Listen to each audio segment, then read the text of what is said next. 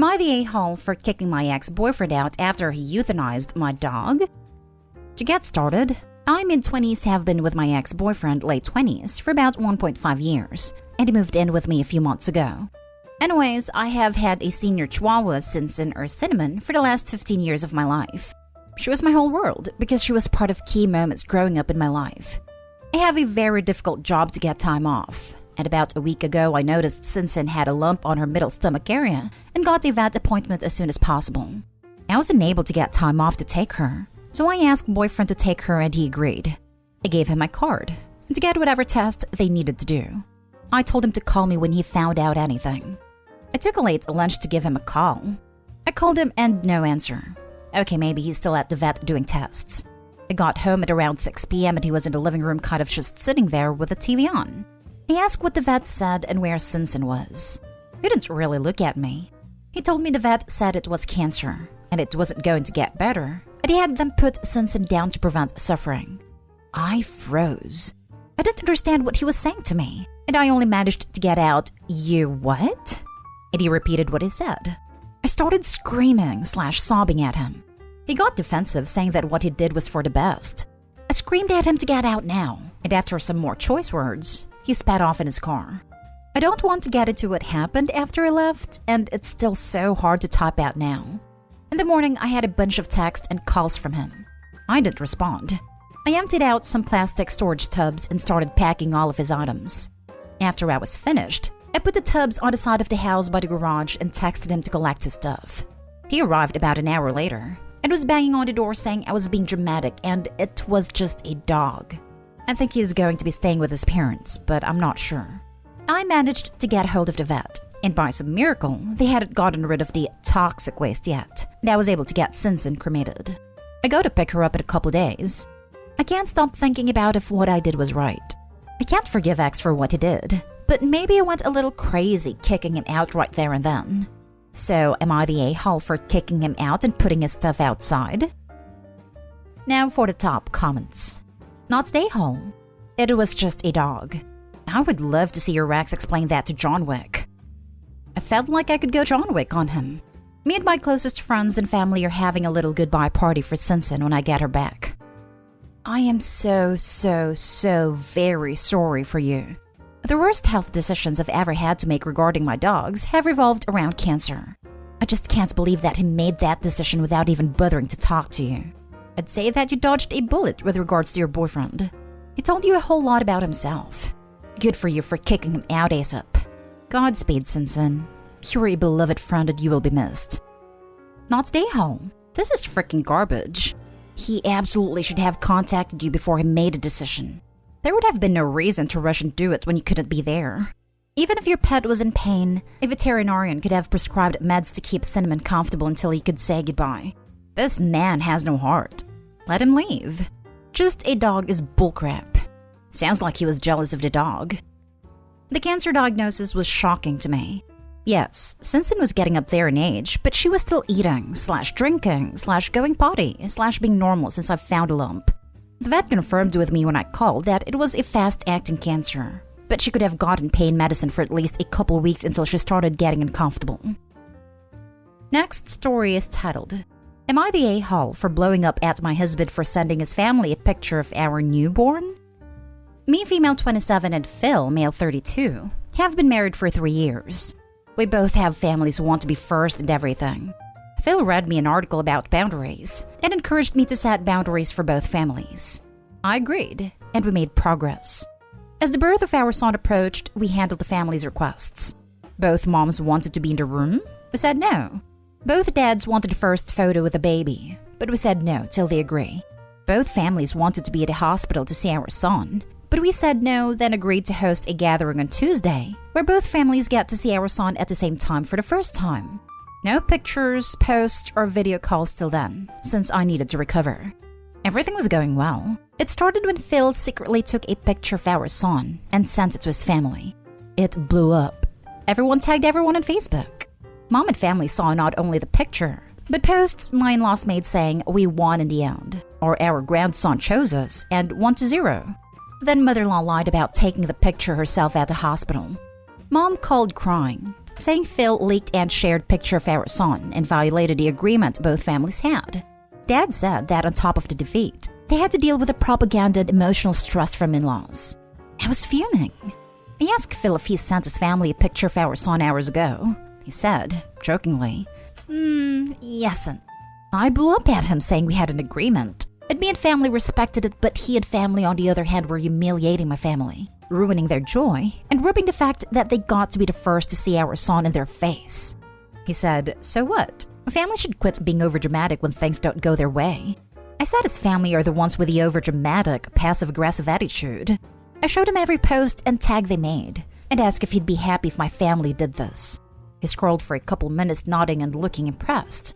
He said all he did was innocently send Mom a picture since she wouldn't stop calling, hassling and begging him for one picture. I said he still violated our agreement to not share photos till Tuesday. In this way, his family will never respect the boundaries we try to set. I asked if those boundaries were just for my family to keep them at arm's length while obviously favoring his. He said, that's my son. I have the authority to send a picture of him to whomever I please, okay? Your family? The entire lot of them can either shut the hell up and get over it, or wait for your sister to miraculously give them a baby. We argued some more, and I refused to drop it. He said I overreacted, blew his joy, and made a big deal out of it just because my family has nothing better to do than cry woe is me, and wrapped up by saying it clearly was enmeshed, too deep in the fog and needed to cut the damn cord already. I'm thinking I might have been harsh. Am I the a-hole? Context. Phil doesn't have the best relationship with my family. He thinks they are controlling, and tries to exclude them from events while letting his family get involved in everything. He's not always home due to work at the local police department, but he still controls what events my family should/shouldn't attend. Also, my sister is infertile. The way Phil said miraculously hurt me on her behalf. Not the a-hole.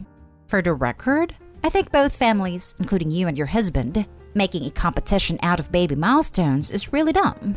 This is a child here, not a badminton tournament. Posts my in-laws made saying we won in the end, or our grandson chose us and 1-0. This is so messed up, and shows they have no concept of your son as a human being. I didn't read the post that Opie and husband made it into a competition. I felt like their parents did that on their own. But otherwise, I agree with your comment. The grandparents are vile and unhinged. The husband is dismissive of Opie, who is, reasonably, upset that a boundary was violated.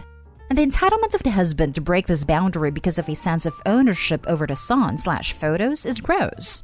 Poor Opie, but what on earth is wrong with all the people in her life? Honestly, I'd be beyond pissed. Glad you're so happy they got to see the picture first. I need some time away from you. Me and the baby are going to stay with my parents for a while. If he thinks Opie should be happy about his parents gloating about being chosen, then I'm sure he will just be thrilled that Opie's parents get to spend so much time with the baby.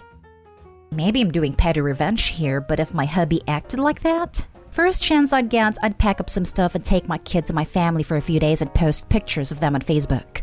Let my kid meet my family, as I would not let my partner get away with talking to me like that. Edit to add. I thought I'd do an edit. I am not encouraging Opie to take and disappear with her baby forever. Can't believe I need to clarify this. But Opie needs to sit down and think, is this as toxic as it sounds to a lot of us?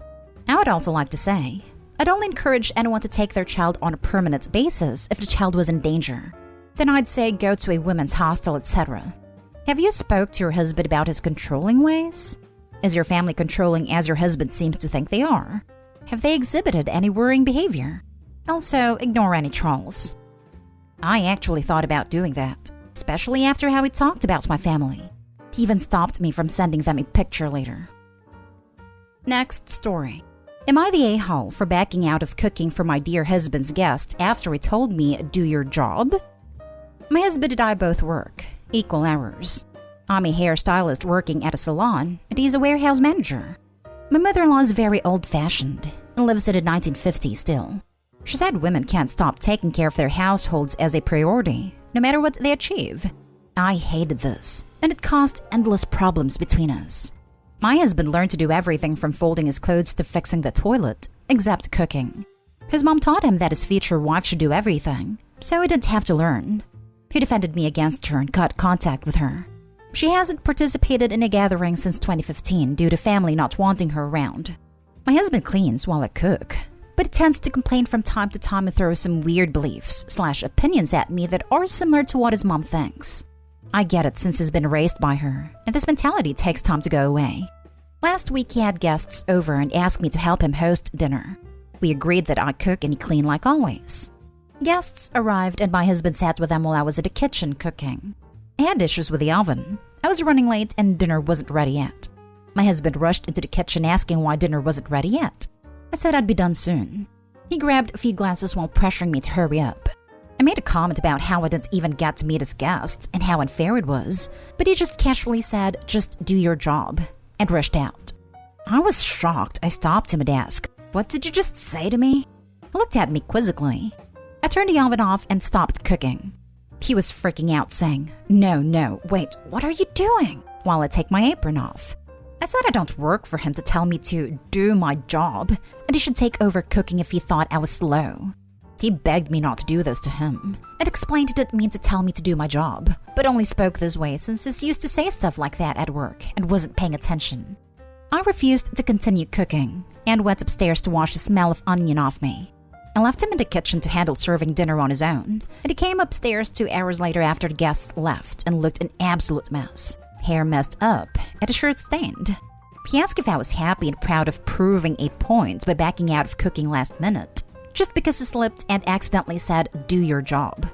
I told him that he's an adult and is responsible for what comes out his mouth, accidental or not. And again said I didn't have to cook for his guests and that I only volunteered to help. And he sounded like his mother with what he said. He said it wasn't true, and that he was disappointed because I didn't stick to my word and left him to fend for himself and embarrassed him in front of guests by giving them half-cooked meals over something so dumb. He walked out after changing his clothes and called me mean. He wants an apology for backing out last minute knowing he can't cook. Am I the a-hole? Not the a-hole. It's past time for him to learn to cook, because it's not your job. He owes you an apology. Also, show him this post. Exactly, it is not her job. He should be the one apologizing, not Opie. Not day-hole. Good for you for not putting up with your husband's crap. There is a fundamental truth in your relationship. You know how to cook and he doesn't. That means that when it comes to cooking, you have a value. He doesn't. And as you just showed him, you are in a position of power. He needs to appreciate what you do for him, not take it for granted and bark out orders to you. I will say this. He will remember this lesson. If you had backed down at the last minute, he would have taken it as you would back down if he pushed you hard enough. Now he knows you mean business, and you will not be pushed around, and you will not be treated like a servant. A marriage is a partnership, not a corporation where one person is a boss. The correct way for him to act is to show you gratitude for the efforts you put into that night's gathering. Hello. Yes, I agree with your opinion. Also, I admit I'm the type that gets easily offended. So, yeah, I might have went a bit over the top. Not stay home. Just because he accidentally said what he was pretty obviously thinking. Right. And then he has the nerve to be more worried about saving face in front of his buddies than mistreating his own wife. So he blames you. He is the problem here. Now for the last story. My boyfriend and I talked about salary for the first time, and he feels upset I was hiding mine. I have been dating Joey for 7 months, and I never felt like I was trying to hide how much money I make. I do engineering, and I'm making $130,000 salary. It's pretty standard for people who do what I do with my experience. My friends in the same industry make similar money. My day-to-day life isn't too flashy. I have a small apartment that I pay $700 monthly rent for. My hobbies are mostly athletics that don't require a lot of money past the initial gear cost. I ride my bicycle or rollerblades almost everywhere, for fitness, instead of driving most days. My car is 10 years old, and I really only use it for heavy errands or trips out of town. I enjoy thrift shopping and secondhand sales, because I don't think fast fashion or overconsumption is cool. When I travel, I like camping at campgrounds or staying at hostels, for the social aspect. Overall, I don't live a very flashy life, and I feel like status symbol belongings are super tacky. During my relationship with Joey, we shared our interests. I invited him to try the hobbies I live, like camping and swimming, going out with friends, etc. We didn't talk a lot about money past the day-to-day stuff like picking a restaurant and having offhand comments like, "Let's go here. They have 250 beers and half-off burger sale." This month, when Joey asked me to show him how to get set up with the budgeting software I use, I thought I'd start by showing him how I use mine and some of its features. But when I was showing him the tool, he was really surprised to see I had $110,000 in investments, another $50,000 in savings, no debt, and a high salary. He asked me why I had been hiding that, and I said I didn't think I was. He said that he felt I was, for a number of reasons. I will make choices about what to eat and drink while out based on the deals. I will stay in cheap hostels or campgrounds when traveling to save money. I've often said that something isn't in the budget for me this month, but I could see if I could budget for it in the future. Which is true. I budget ahead of time and keep myself to that, to resist the urge to throw money around on impulse. Having to work it into a budget makes me a lot more thoughtful. It felt like all of that was disingenuous. That I didn't need to act like a sandwich that was $12 was way too much. That I didn't have to book the crappiest accommodations. That I didn't have to budget and prepare for a month for unexpected expenses. I felt like I was being honest and tried to explain that to him. That I was just living life like normal and not trying to hide anything. It felt like I was keeping a big secret. Am I the a-hole for having hidden/not talked about my financial situation earlier? Not the a-hole. He hasn't even been dating you a year, and you don't live together. He has no reasonable expectation to know how much you earn, much less judge your spending habits. Good on you for being frugal. Jumping onto top comment to say, I'm pretty sure Joey isn't mad at Opie for acting frugal. To be honest, I think he just wanted to spend Opie's money. I guarantee next time they go out to eat, he's going to want Opie to pay, and is going to get steak or something. Honestly, if you do look past this Opie and stay with him long term, I wouldn't trust him with my finances, or at least keep finances separate. Not a-hole. Not his money, not his concern.